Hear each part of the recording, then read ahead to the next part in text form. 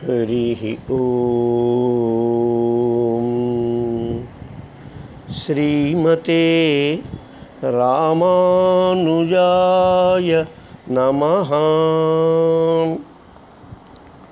భాగవతోత్తములారా, తిరుక్కోళూర్ పెన్బిళ్ళై వార్తలలో ఈ రోజున మనం భాగవత కటాక్షంతో 36వ వార్తను విజ్ఞాపన చేసుకుందాం. 36వ వార్త. ఇరుమాలై ఈందేనో తొండరడి పొడియార్ పోలే. రామానుజుల వారి సన్నిధిలో పెన్పిళ్ళై ఆ పాప అంటే ఆమె ఆ యువతి ఈ రోజున రామానుజుల వారికి తాను ఎందుకు ఇక్కడ ఉండకుండా ఈ తిరుక్కోళూరు నుండి వెళ్ళిపోతుందో తెలియజేస్తూ ఈ రోజున ఒక చక్కని వృత్తాంతాన్ని నివేదిస్తోంది. ఏమిటిట? తొండరడి పొడియార్ పోలే ఇరుమాలై ఈందేను. రామానుజ, మీకు బాగా తెలుసు, పన్నిద్దరు ఆళ్వార్లలో పేరుగన్నటువంటి ఆళ్వార్లలో తొండరడిప్పొడి ఆళ్వార్లు, వారిని విప్రనారాయణులు అని అంటారు. వారిలాగా నేను 2 మాలికలు ఏవైనా సమర్పించానా? ఏమిటి? ఒకటి పాశురాలతో మాలిక, రెండవది పువ్వులను కట్టినటువంటి మాల. ఈ 2 ఇరుమాలై, 2 మాలలు ఈందేను, ఎన్నడైనా నేను సమర్పించానా రామానుజా అని అంది. ఏమిటి ఈ వార్తలో ఉన్నటువంటి అంతరార్థాలు మనం ఒక్కసారి మీ అందరికీ విజ్ఞాపన చేసుకుందాం. భాగవతోత్తములారా,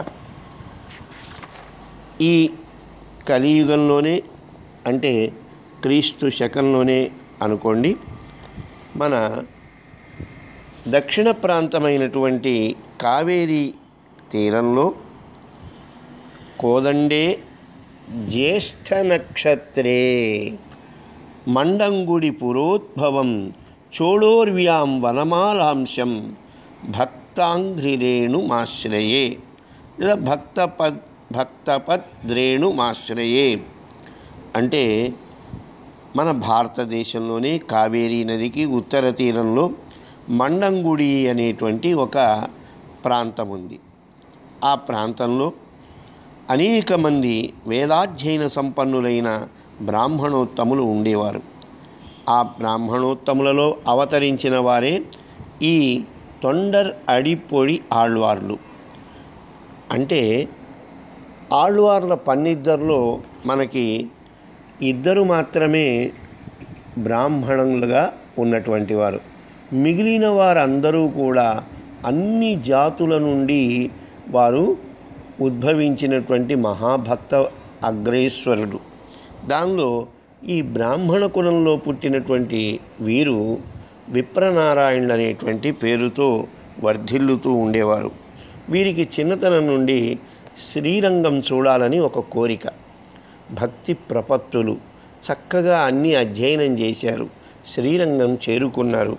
అక్కడ వీరికి ఒక ఆలోచన వచ్చింది. మనం గొప్పవాళ్ళలాగా కైంకర్యాలు చేయలేము కదా, ఆ దేవాలయంలో అందరూ చేసే కైంకర్యాల్లో మనమెంత అని ఆలోచిస్తుంటే వారికి ఒక చక్కని ఆలోచన వచ్చింది. శ్రీమన్నారాయణ్ణి మెప్పించాలంటే 2 మార్గాలని మనకి వరాహస్వామి వారు భూదేవితో చెప్పారు.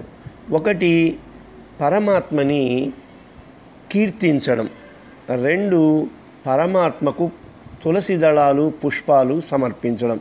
ఈ 2 ముఖ్యమైనటువంటివి.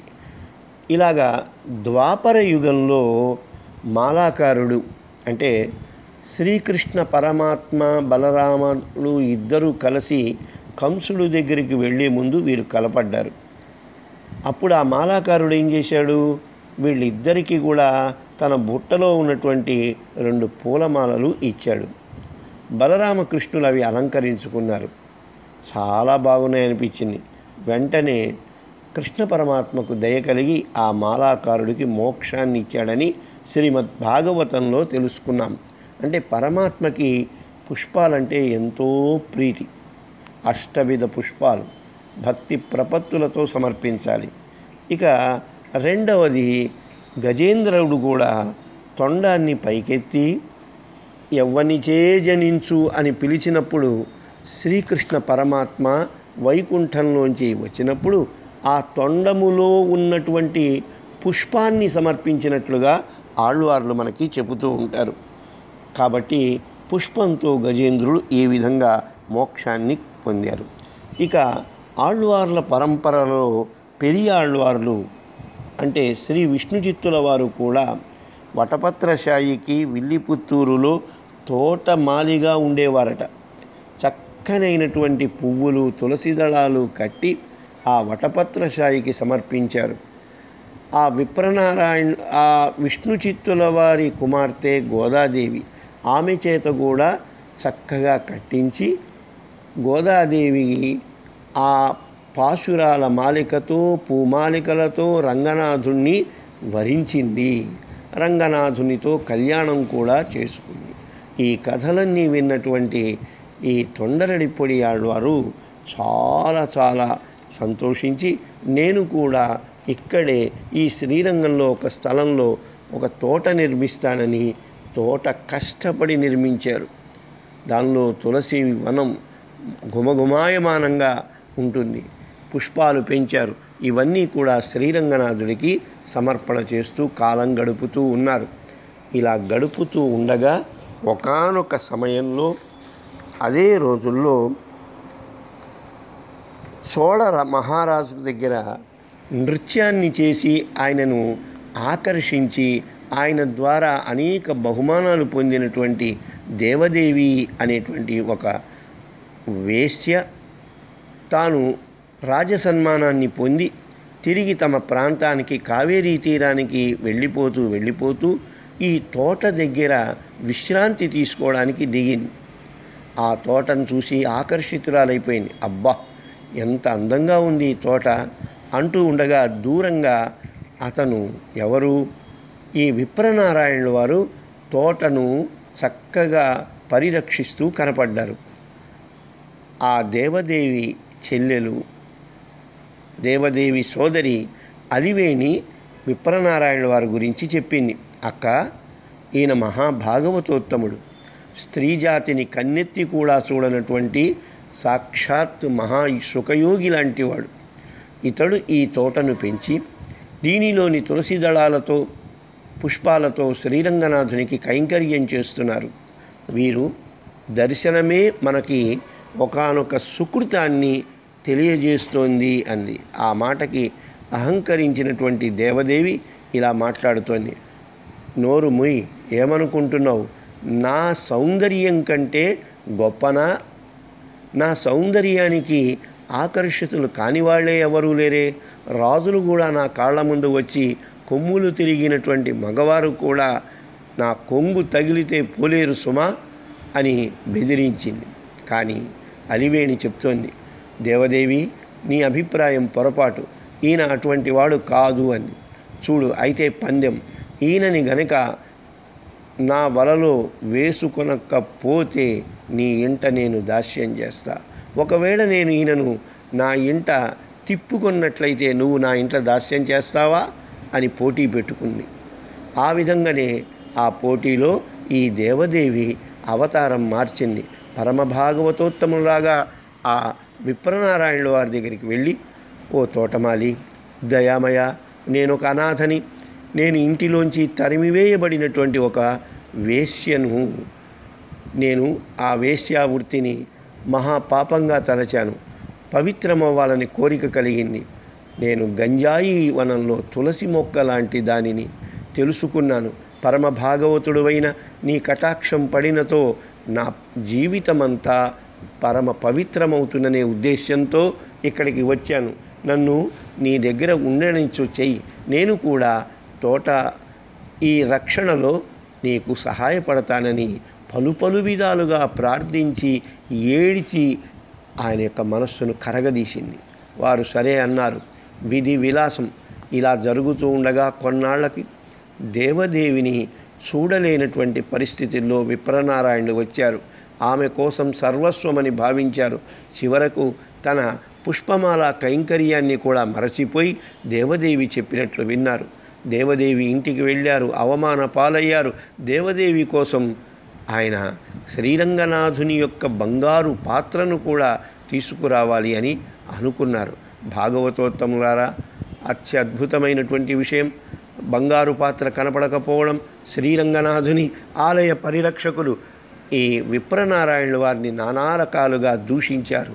ఈ వ్యవహారం బట్ట బయలైంది సుమా అని చెప్పి ఆయనని బంధించారు. ఆ సమయంలో సాక్షాత్తు శ్రీరంగనాథుడే ఆ బంగారు పాత్రను తీసుకుని వచ్చి దేవాలయ అధికారులకు ఇచ్చి అశరీర వాక్కుతో చెప్పుతున్నారు, ఈ మహానుభావుడు పరమ భాగవతోత్తముడు, ఈయనను నేను అనుగ్రహింపదలచి ఈ నాటకం ఆడించాను. ఈ రంగస్థల నాటకంలో ప్రధాన పాత్రధారి నేనే సుమా అని చెప్పడం. ఆ మాటలకు అందరూ విప్రనారాయణుల వారి కాలు మీద పడ్డారు. దేవదేవి క్షమించమని వేడుకుంది, నేను చేసిన తప్పును క్షమించమని.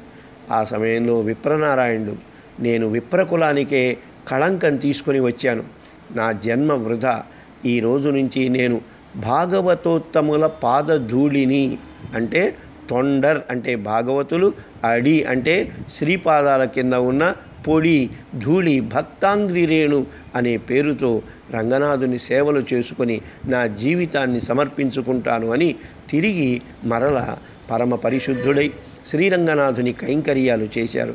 ఆ సమయంలో 2 స్తోత్రాలు చేశారు. పెన్బిళ్ళై ఈ వృత్తాంతమంతా పూసగుచ్చినట్లుగా రామానుజుల వారి దగ్గర చెబుతోంది. దానిలో ఒకటి మనమంతా ప్రార్థన చేసేసి 108 దివ్య తిరుపతులలో మారు మోగుతూ ఉంటుంది వైష్ణవ గృహాలలో, తిరుప్పళ్ళి ఎழிచి. దానిలో మనం తమేవ మత్వా పరవాసుదేవం రంగేశయం రాజవదర్హణీయం ప్రాబోధకీంయో కృతసూక్తిమాలాం భక్తాంగ్రిరేణుం భగవంతమీడే అంటూ ఈ భక్తాంగ్రిరేణుని ప్రార్థన చేసి రంగనాథునికి సుప్రభాతాన్ని వీరు చేశారు. కాబట్టి అంతకుముందు ఉన్న సుప్రభాతాలన్నీ ఎక్కడికో వెళ్ళిపోయాయి. ఇప్పుడు మాత్రం శ్రీరంగాది దేవాలయాల్లో ఈ తిరుప్పళ్ళడిచే చదువుతారు. ఉదాహరణకు మన తిరుమలలో కూడా ధనుర్మాస సమయంలో శ్రీ వెంకటేశ్వర సుప్రభాతం చదవరు సరిగదా. ఆ సమయంలో ఈ విప్రనారాయణులు రచించినటువంటి స్తోత్రంలో మొదటిదైన తిరుప్పళ్ళడిచే చదువుతారు ఆ 30 రోజులు. ఎంత గొప్ప ఆళ్వార్లో వీరు చూడండి. రెండవది తిరుమాలై అనేటువంటి ప్రబంధం. దీన్ని కూడా ఈ తొండరడిప్పొడి ఆళ్వార్లే లోకానికి కటాక్షించారు. ఇది సుమారు తిరుప్పళ్ళడిచి 10 పాశురాలతో అద్భుతమైనటువంటి గ్రంథం. కదిరవన్ గుణదిశై చిగరం వందనైందాన్ కన ఇరుళగండదు కాలయం బుழுதாய் மதுவிரின் தொழகின மாமர எல்லாம் வானவரசர்கள் வந்து வந்தீண்டி எதிர்திச நிறைந்தன இவருடம் புகுந்தா இருங்களைத் தீட்டமும் பிரியருமுரசம் அதிர்தலலல் கடல் போன்றது எங்கும் அரங்கத்தమ్మా పళ్ళి ఎళందరుళాయే అని ఇదే సుప్రభాతం. తూర్పు దిక్కున సూర్యుడు ఉదయిస్తున్నాడు. చక్కగా అంతటా కూడా తామర పువ్వులన్నీ వికసిస్తున్నాయి. రంగా అంటూ అందరూ కూడా నిన్ను ప్రార్థన చేస్తున్నారు, మునివరులు యోగివరులు అంటూ ఆ తిరుప్పళ్ళడిచి ప్రబంధం కొనసాగుతుంది. ఇక రెండవ ప్రబంధాన్ని ఏమన్నారు? తిరుమాలై. దీనిలో 45 పాశురాలు ఉంటాయి. ఇవన్నీ రంగనాథుని యొక్క సౌందర్యాన్ని, రంగనాథుని యొక్క మహిమను, భక్త పరాధీనత, సద్గుణ సంపద వీటిల్లో బాగా వివరించబడ్డాయి ఈ తిరుమాలై ప్రబంధం. దానిలో ఒక పాశురాన్ని విజ్ఞాపన చేసుకుందాం. పచ్చమామలై పోల్ మేని పవళవాయ్ కమలచ్చంగల్ அச்சுதா அமரேரே ஆயர்த்தம் கொழுந்தேனென்னும் இச்சுவை தனிரையான்லோல் இந்திரை லோகமாளும் இச்சுவை பிறனும் வேண்டேன் அரங்கமான கருளானே. ఆహా, రంగా కనులకు విందుగా మనసుకు చల్లగా శ్రీకరాకారమై చెలువులోకే మరకతమైన లీలలు అరిచేటువంటి నీ తిరుమేను అనేటువంటి సముద్రంలో తేజరిల్లుతున్న పగడాల వలె ఉన్నటువంటి ఆహా నీ కెమ్మోవి వాత్సల్యపూర్ణమైనటువంటి నీ భావము అరవింద నయనాలు ఇవన్నీ చూస్తూ ఉంటే నా మనస్సు నీ మీదనే నిలబడిపోయింది. కనులు మూత లేకుండా కలకాలం నిన్ను ఇలాగే చూసే భాగ్యము ఉంటే ఇక నాకెందుకయ్యా ఆ స్వర్గం ఎందుకు, ఆ వైకుంఠాదులు ఎందుకు? నేను ఇక్కడే నీ తిరునామము ఎక్కడ ఉన్నదో ఈ శ్రీరంగంలోనే నేను ఉంటాను, పరమపదము పొందనేలా అంటూ ఈ తిరుమాలై మహాప్రబంధం సాగుతుంది. ఈ విధంగా ఆయన కేవలం పూలమాలికలే కాదు, పాశురాలతో మాలికలు కూడా కట్టారు. ఈ 2 విధములైనటువంటి పూమాల పామాల రామానుజా నేను ఎన్నడైనా పరమాత్మకు సమర్పించానా? కాబట్టి నేను ఏ పువ్వును ఏ మాలను సమర్పించనప్పుడు ఈ దివ్యదేశంలో ఎలా ఉండగలుగుతాను రామానుజా? ఇది నా ఆత్మశోధన అంటూ ఆ పెన్బిళ్ళై రామానుజుల వారి సన్నిధిలో విజ్ఞాపన చేసింది. రామానుజుల వారు ఆనందాశ్రువులతో దీన్ని వింటూ ఉన్నారు. శ్రీమతే రామానుజాయ నమః.